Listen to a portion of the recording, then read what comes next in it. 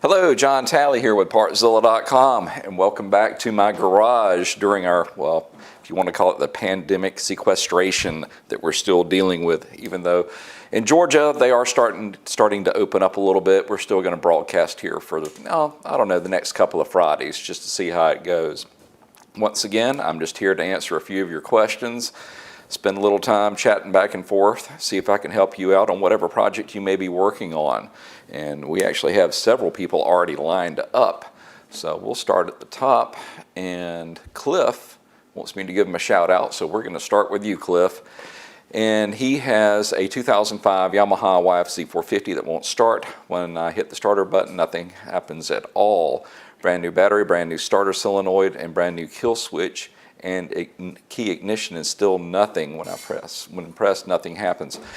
All right, well, at this point, you probably need to get some test equipment here, and at the very minimum, you need to pick up a test light so we can see what in the world is going on there.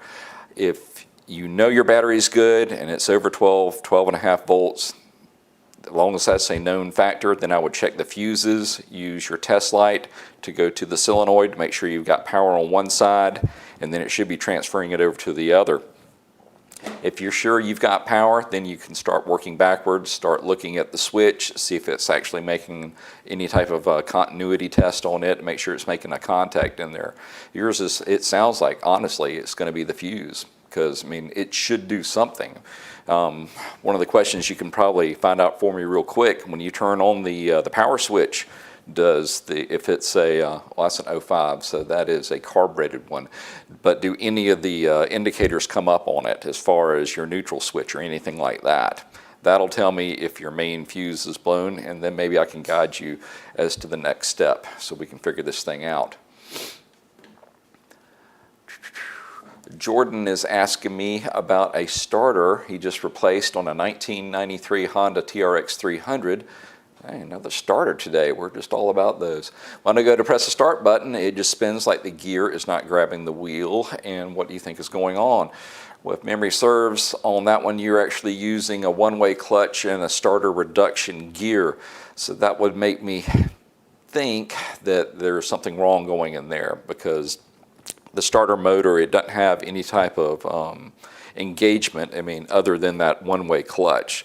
So that tells me that one-way clutch may have failed, and it's not allowing it to engage with the gear to actually turn the motor over. So you're probably going to end up having to pull that cover and take a peek on the inside to see what's going on. So yes, it's probably your starter clutch. Is it bad not to use the clutch on a 150 motor and while doing full throttle? Well, you do want to try to at least tap the clutch to where it makes it easier for it to engage. I mean, they call that speed shifting or rev matching. I mean, if you've already got everything spinning at that speed and you've got the throttle pinned and you go and stab the next gear, well, you may want to just back off just a little bit to where it makes it easier for those synchros to engage and then go to the next gear. Otherwise, you're going to wear out your transmission a little too quick. So even if you just tap that clutch a little bit, just that little tap is going to make a big difference as far as how it's going to engage down in the transmission, because I don't think you would really want to open up that machine, do you? Wesley's asking me, what's up, John? Wesley, I'm just living the dream, baby, living the dream. So what else do we have here? Matthew, I have a 2003 LTZ400 and I'll replace the carburetor and it will run, but after it idles for a while, the RPM's lower, and then you give it gas, it will die. It sounds like it's actually starving for fuel, and it's kind of funny that you're asking me this today, because me and Garrett, you've probably seen him on some of the other videos, we were playing around with a little Raptor 80, actually put a new carburetor on it. I mean, it should have been ready to go, but it was still dying out. You know what it was? Turns out the check valve in the gas cap, where the gas fuel tank breather was stopped up. So it would run for a while, it would build up a vacuum inside of that tank, starve itself for fuel, and then shut off. You let it sit for a little bit, it would start to equalize, and then run again for a little while. So check your check valve, make sure that the vent line isn't stopped up, because if it can't get air pressure outside into the tank, it can't let fuel pass through it. So take a peek at that and see what you find.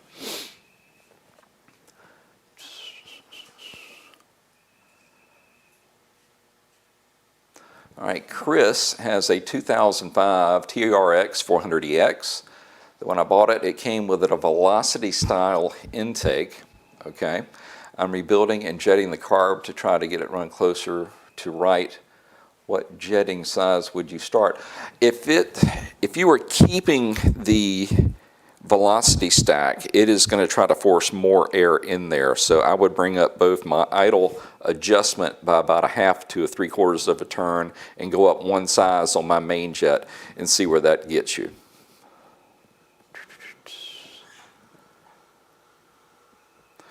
Chris also said that he's got a 175 main and a 52 pilot. Once again, I'd leave the pilot and then just come out of my air fuel screw on it another 1/2 turn, see what it does, and then go up a size from your 175. Hugo, how do you know when it's time to do a top end or low end to your motorcycle? What are the signs that it will give you clues for each one? Well, on the bottom end, it's usually all or nothing. When things are working great, they work great, but when they start to go out, they start to go out viciously. And usually that is a bearing going out. It starts to get a little bit of play down there, and that doesn't get better on its own. And you'll hear a lot of tapping, a lot of banging around down there, and it'll let go. But you don't want to run it until it stops, because, well, you're doing two things. You're circulating all that worn out material that it's now beating itself to death with through the rest of your engine, potentially damaging your pistons, your rings, your valves, your cam, and everything else around it. So in worst case, if things really let go, well, then chances are you may destroy your cases if it decides to snap a connector rod, and you don't want to experience that. The top end, one of the telltale signs is typically it starts smoking, either by the rings starting to go out and letting oil get past them and getting into the combustion chamber, and or your valve seals or your valve stems are actually getting worn down and letting oil come in from there. Both of those will make the unit smoke. Now, how do you really know which one's happening? Well, that's when you want to use a leak down tester, and you actually put the engine at top dead center. You hold the crankshaft there, you pump in air, and then it's going to give you a percentage of loss. And then if you listen carefully, either through your crankcase vent or your intake and your exhaust, you can hear air escaping. So that'll tell you which one's actually causing the problem, whether it's your rings or if you've got a problem up in the head and the valve train. All right, Cliff is telling me that nothing comes on. A brand new main fuse as well.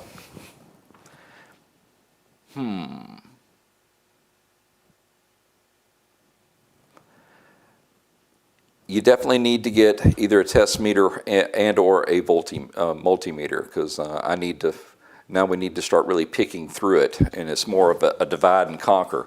If you know you've got a good battery, then you just start picking points and testing voltages to see what it's doing or not doing.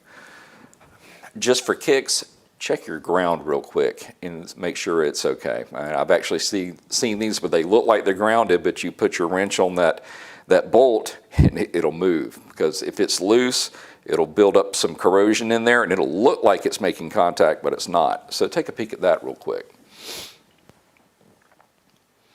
Hey Gareth, how are you doing today?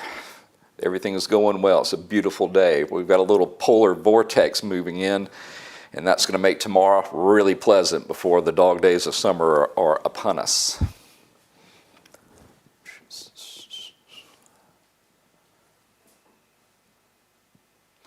All right, Richard wants to know, hi, what's the best way to make sure my oil injection pump is working properly on my Yamaha Blaster? Honestly, if it were not working properly, your engine would probably lock up, because those things, it is absolutely essential that that pump be working, because that is the lubrication for the engine for the most part. As far as testing it, I don't have a way to, I'm not aware of a way to test that. So let me look into that a little bit more. I'm not super familiar with the Yamaha Blaster, But let me look into it, and I'll get back in touch with you. Guys, if you would note that particular one, mark it for me to do a little research, and we'll get Richard an answer on that.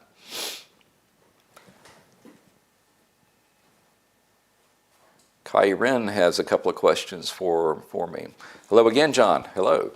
A few questions for you today. I ordered a whole bottom end for the TTR125, and it has a weird black sludge that seems to be clumped up oil on the inside of the engine. Is that okay to be in there?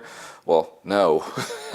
That tells me that somebody waited way too long to change the oil in that bottom end. I'd be curious where you picked that up from. Does that mean it's trash? No, but you will need to flush that out the best you can. You either have to take it all the way apart, which I don't think you want to do, or go ahead and put your top end on it, get it running, and then change the oil 2 or 3 times and see if we can get rid of some of that crud in there. It's a little scary that it has that much sludge, straight out of the box.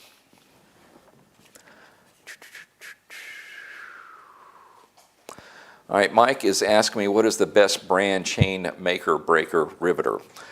Motion Pro makes a great one, but be careful because they actually make 2 different ones. They've got one that's mainly for 400 series chains, and it works great. But if you've got a 5 or especially a 600 and you're actually making and breaking like linkless chains or doing the rivet style, you want to go with one they call the Jumbo. That thing is industrial strength. It is my go-to maker and breaker, and I've yet to have a chain that it could not deal with. So Motion Pro chain breaker, just make sure it's the Jumbo edition.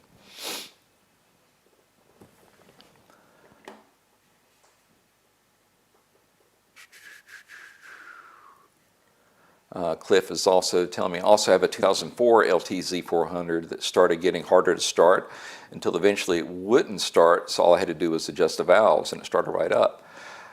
But he said it wouldn't start again the next day. I'd go back and check the valves again, because what happens is the valve face starts to wear. The stem in essence actually gets longer, and that cuts down on the clearance, and guess what? Then it doesn't actually close all the way because it's constantly riding on the camshaft. Are you sure when you adjusted that you put that pinch bolt all the way back down to where it was supposed to be? Go back and just check it one more time, because it should fire back up.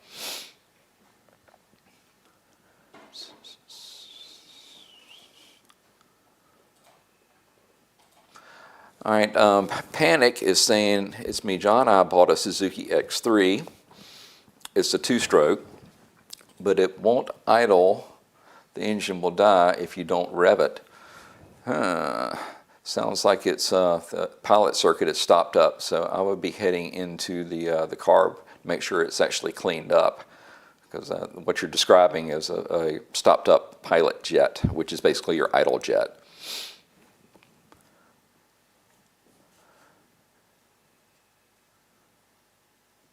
All right, somebody has an 02 Rubicon 500. How much play is in the oil pump chain? I pulled off the front cover to check the timing chain, and it's good, the oil, but it has some slop, and the gear has some movement. They're not really that tight in there. I mean, I'm trying to remember the distance where it's free run from gear to gear. And if I remember correctly, it'll move maybe 3/8 of an inch fairly easily. Now, if it's more like a 1/2 inch, 3/4, then it may be getting time to go ahead and replace that chain. But, that much play back and forth over that much distance, that won't bother it at all.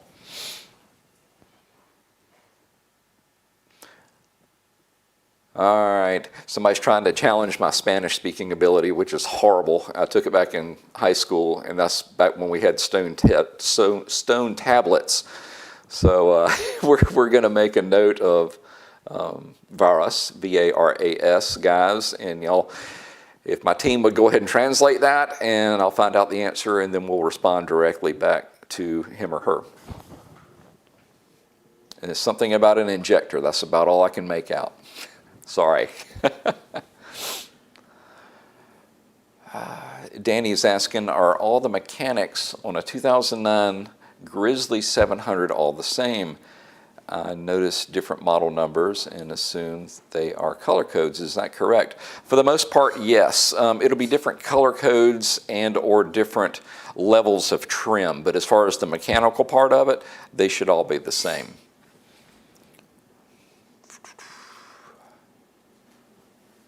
And you're welcome. Great condition. Yeah, just try to get it flushed out, Kyren.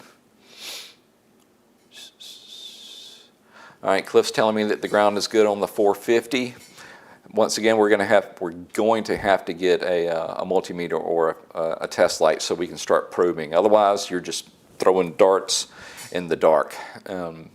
But once again, we're gonna tag your name, and I'll see if I can work with you one-on-one and get this thing figured out. Because hey, I've got a 450, so we can kind of parallel each other, and I can tell you exactly where to look.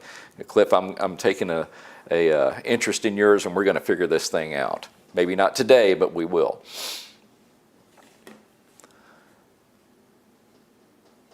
Okay, Derek has an interesting one. Dear John, can you tell me what can cause my motorcycle doesn't want to ride straight when I release the handlebars? Well, it should. You're telling me it's actually pulling left or right? I've seen that happen one other time, way back when, and I know this is a little bit crazy, but depending on which machine you have, look at your front forks, and this is a long shot.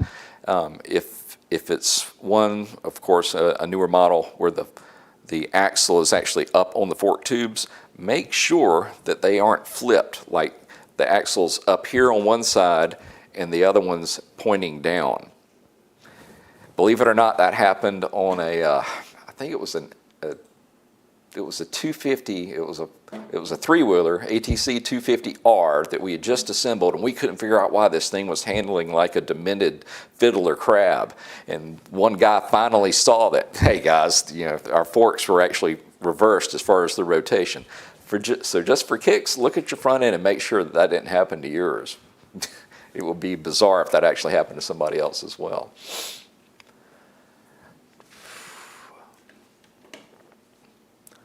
All right, Johnny wants to know, John, I just rebuilt my top end on my 2010 Yamaha Wolverine 450 using your video. Put everything together except the cam chain tensioner. It's locked all the way out. How do you unlock it? I'm not super familiar with the Wolverine, but I know most of the Yamahas, they have the spring or the cam chain tensioner actually has a piston, and there's a spring inside of it, and there's like a little gear that lets it go out and not go backwards. Typically, you would either push that in and push the gear, and there would be a little ring around it that holds it. You install it, and then you actually could just tap the side of the engine, and that would release the spring tension and push it back into the chain. So there has to be something on that device when you take it out where you can retract that piston and hold it still so you can get the chain attached and then release it and have it put tension on it itself.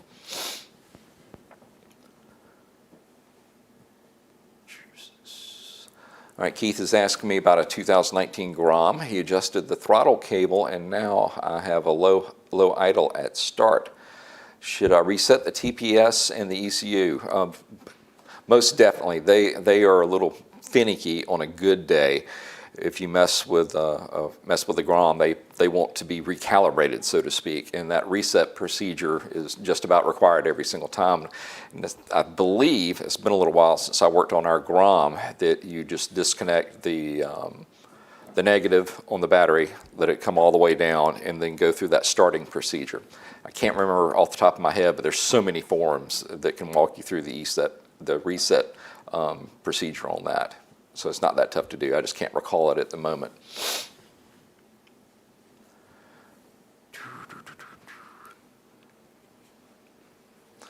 All right, Florin is asking a question about a Raptor 700 of 2008. When I ride it, sometimes when I change it into gear number 2 and I accelerate, then changing without doing anything. So you're telling me it's actually dropping from second gear down to first? Sounds like one of your shift forks is potentially bent, and then by doing that, you've also probably damaged your synchros. So it's sitting there, the forks are trying to hold that gear in there, and you're getting on the power and it's letting it pop back. So unfortunately, you're probably going to have to crack that one open and take a look at your transmission, particularly the synchros and the shift forks themselves.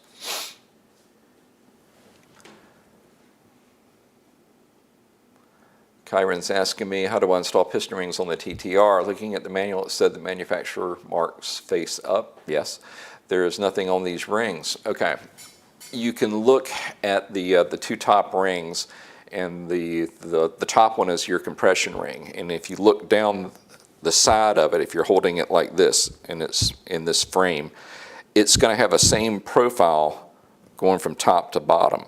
Now, the one below it is what they call the wiper ring, and its job is to actually push off any oil, excess oil that got past the oil rings and force it back down. They, believe it or not, are going to be angled a little bit on either side. So that's what you want to look for, is a difference in the profile in between your top ring and your second ring.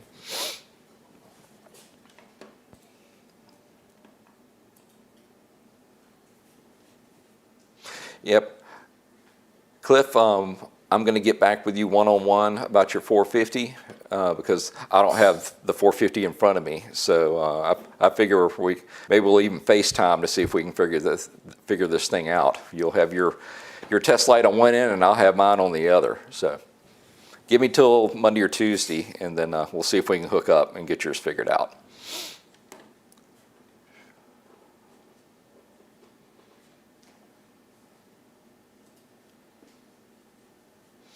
All right, Chris was asking me another question about the 400EX with the velocity stack intake. It's pulling in way more air than it was designed for. True.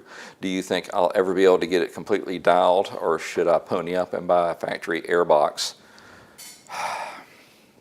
Depends on what you're trying to do with it. If you're just all about straight line speed, go ahead and spend the time to figure out the velocity stacks to get it dialed in. If you're mainly playing with this, on trails or out in the woods, I'd put the factory box back on it, but that's just me.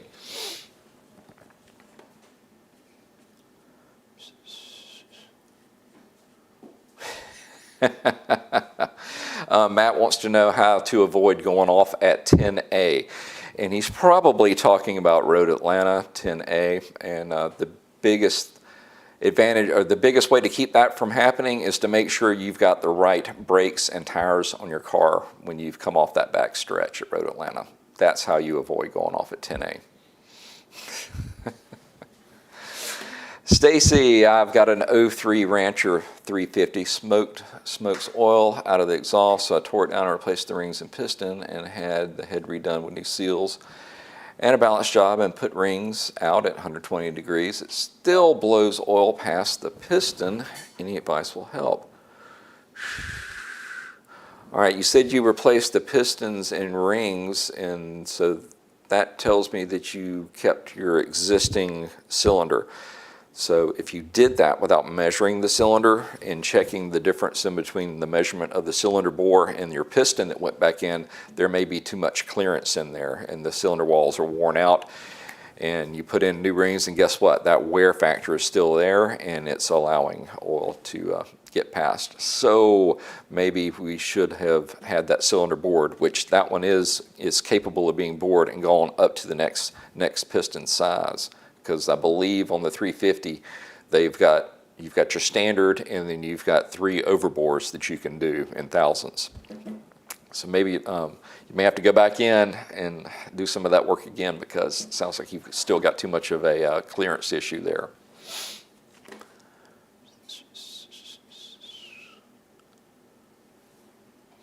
All right, David's asking me, he's got a 2017 YFZ450R. Ooh, nice. I have an intake and full Yoshimura exhaust. Do I need a programmer? That's going to be borderline. The 450R, it's already a high performance machine, and you're asking a little bit more out of it. And the ECU, with all its sensors, has the ability to change the fuel trim to adjust to whatever conditions that you're in. And by doing a intake and the exhaust, you're probably at the limit as far as what it can compensate for.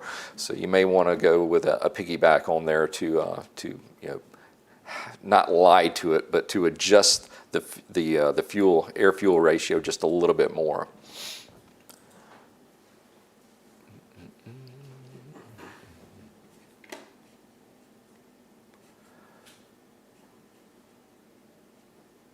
Okay. Frederick is asking me, he's French, another language I don't speak, but it looks like he's done a pretty good job of translating here. And thanks a lot for all your explanations regarding all videos. If you understand me, could you communicate with me the oil grade for the rear gear case of a Polaris Sportsman 1000 XP? All right, testing my memory here, but you could reference our rear gear case oil change on our Polaris 900 XP. If you would look that up in our playlist on the YouTube channel, it will use that same oil. I can't remember the actual model number off the top of my head, but I'm betting that our team that's paying attention probably is, and they can direct you to that video and get you a part number for that.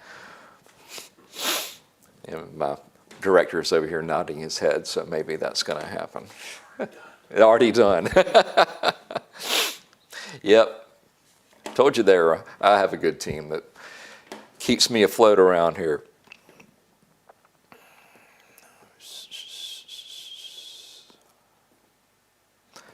All right, Derek is asking me, is it enough to replace piston rings when motorcycle engine takes huge amount of oil, approximately 0.8 liter per 1,000 kilometers? Wow.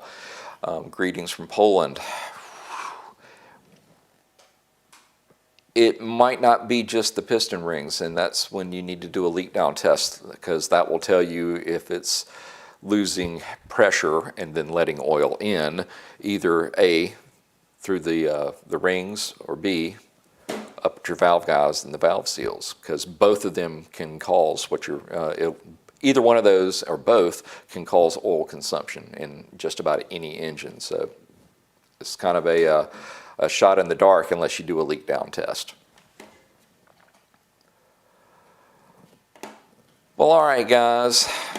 Looks like we just ran through 30 minutes worth of questions, and believe it or not, I have plans this afternoon. So at this point, I'm going to go ahead and sign off. But we have noted everything as far as people that I am going to get back in touch with, and I will do so. If you log in late in the game and had a question for me, go ahead and leave it in the comments section, and that way maybe we can start off with that particular question that's coming up Friday. Well, listen, we just want to say thanks for shopping here with us at Partzilla and dropping by and spending a little time with us. And if you have ordered from us, please be patient. We are just unbelievably busy, and with all the coronavirus things and everything we're having to do, it slows us down a bit, not only on our end, but on the shipping services that we use as well. So just be patient. I promise these orders will get to you eventually. All right. Y'all have a great weekend, a great week, and we will talk again on Friday. God bless.